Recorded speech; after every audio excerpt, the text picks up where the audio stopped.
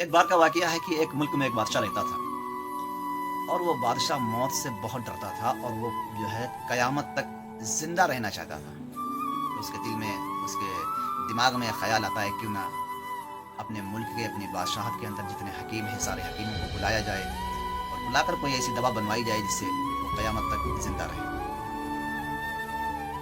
تو وہ منادی کراتا ہے, آواز لگاتا ہے, شہر کے سارے حکیم اس کے دربار میں آتے ہیں اور وہ اپنی ساری کیفیت بتاتا ہے حکیم کو. تو حکیم کو یہ خوف تھا کہ اگر میں انکار کرتا ہوں تو یہ ہم کو پھانسی پہ چڑھا دیں گے. تو وہ سارے حکیم کہنے لگتے ہیں, اس میں سے 2-4 حکیم بولتے ہیں کہ بادشاہ سلامت, آپ کے بازو میں جو ملک ہے, جو راجہ ہیں, ان کے یہاں کچھ ایسی دوائیاں پہاڑوں پہ اور اس جو ہے صحرا میں میدان میں ایسی دوائیاں ملتی ہیں. اگر وہ دوائیاں ہم کو جڑی بوٹیاں ہم کو منگا دی جائیں تو ہم ایسی دوا بنا کر تیار کر دیں گے جو آپ اس دوا کو کھا لیں گے تو انشاءاللہ پوری زندگی اور قیامت تک کبھی بھی آپ کو موت نہیں آئے گی. تو بادشاہ سلامت بڑا خوش ہوتا ہے اور کہتا ہے کہ ٹھیک ہے.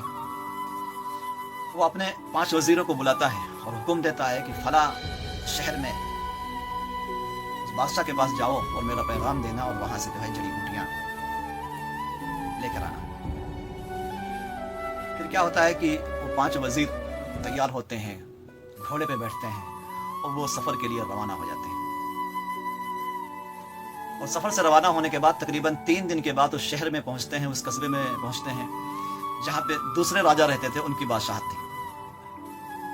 پہنچنے کے بعد اس دربار کے اندر حاضر ہوتے ہیں بادشاہ سلامت کے سامنے اور پوری بات بتاتے ہیں کہ ہمارے بادشاہ کو ایسی سی جڑی بوٹیاں چاہیے.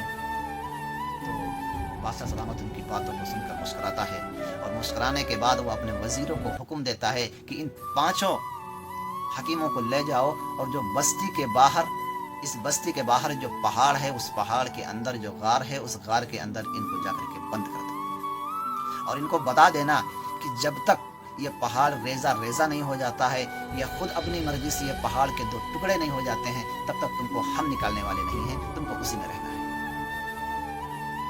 یہ حکم سن کر اس بادشاہ کے وزیر ان 5 حکیموں کو لے کر کے اس غار میں لے جا کر کے بند کر دیتے ہیں. بند کرنے کے بعد رات کا پہلا پہر آتا ہے تو ان کے اندر اس اندھیری غار کے اندر ان کو بڑی تکلیف تھی, گھٹن تھی, پریشانی تھی اور ایک ڈر بھی تھا. تو وہ اللہ کے آگے جھک جاتے ہیں, سجدے میں گھٹ جاتے ہیں اور اللہ سے دعا کرتے ہیں کہ اللہ کوئی راستہ نکال دے یا اس پہاڑ کو ریزہ کر دے, لیکن ان کی دعا قبول نہیں ہوتی. پھر رات کا دوسرا پہر آتا ہے اور پھر وہ سجدے میں گر جاتے ہیں اور پھر اللہ سے دعا کرتے ہیں کہ اللہ کوئی راستہ نکال دے یا اس پہاڑ کے 2 ٹکڑے کر دے, لیکن پھر بھی رات کے دوسرے پہر بھی ان کی دعا قبول نہیں ہوتی ہے. اس کے بعد میں پھر تیسرا پہر آتا ہے اور تیسرا پہر آنے کے بعد پھر وہ وہی تہجد کے سمے پر تیسرا پہر آتا ہے اور پھر وہ سجدے میں گرتے ہیں. گرنے کے بعد پھر اللہ سے دعا کرتے ہیں اور رونے لگتے ہیں. اللہ ان کی دعا کو قبول کرتا ہے اور دعا قبول کرنے کے بعد اس پہاڑ کے 2 ٹکڑے ہو جاتے ہیں, پہاڑ ریزہ ہو جاتا ہے. پھر وہ 5 حکیم باہر نکلتے ہیں. اس کے بعد جو ہے ان 5 حکیموں کو بادشاہ کے دربار میں حاضر کیا جاتا ہے. وہ 5 حکیم جاتے ہیں بادشاہ کے دربار میں اور دربار میں کھڑے ہوتے ہیں. تو وہ راجہ بولتا ہے اور کہتا ہے کہ جو تمہارے ساتھ جو بھی ہوا ہے یہ سارا واقعہ جا کر کے اپنے بادشاہ سلامت سے بتانا. اور پھر اس کے بعد میں ان 5 وزیروں کو وہاں سے روانہ کیا جاتا ہے اور 5 وزیر اپنے ملک آتے ہیں.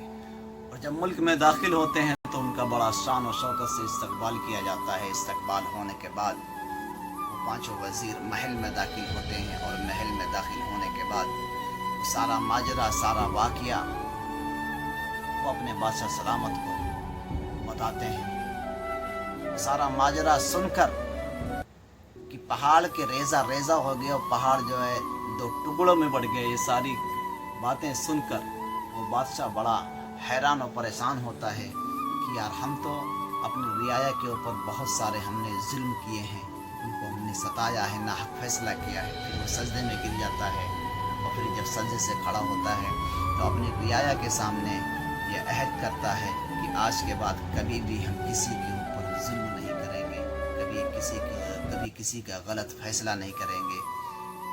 اس کے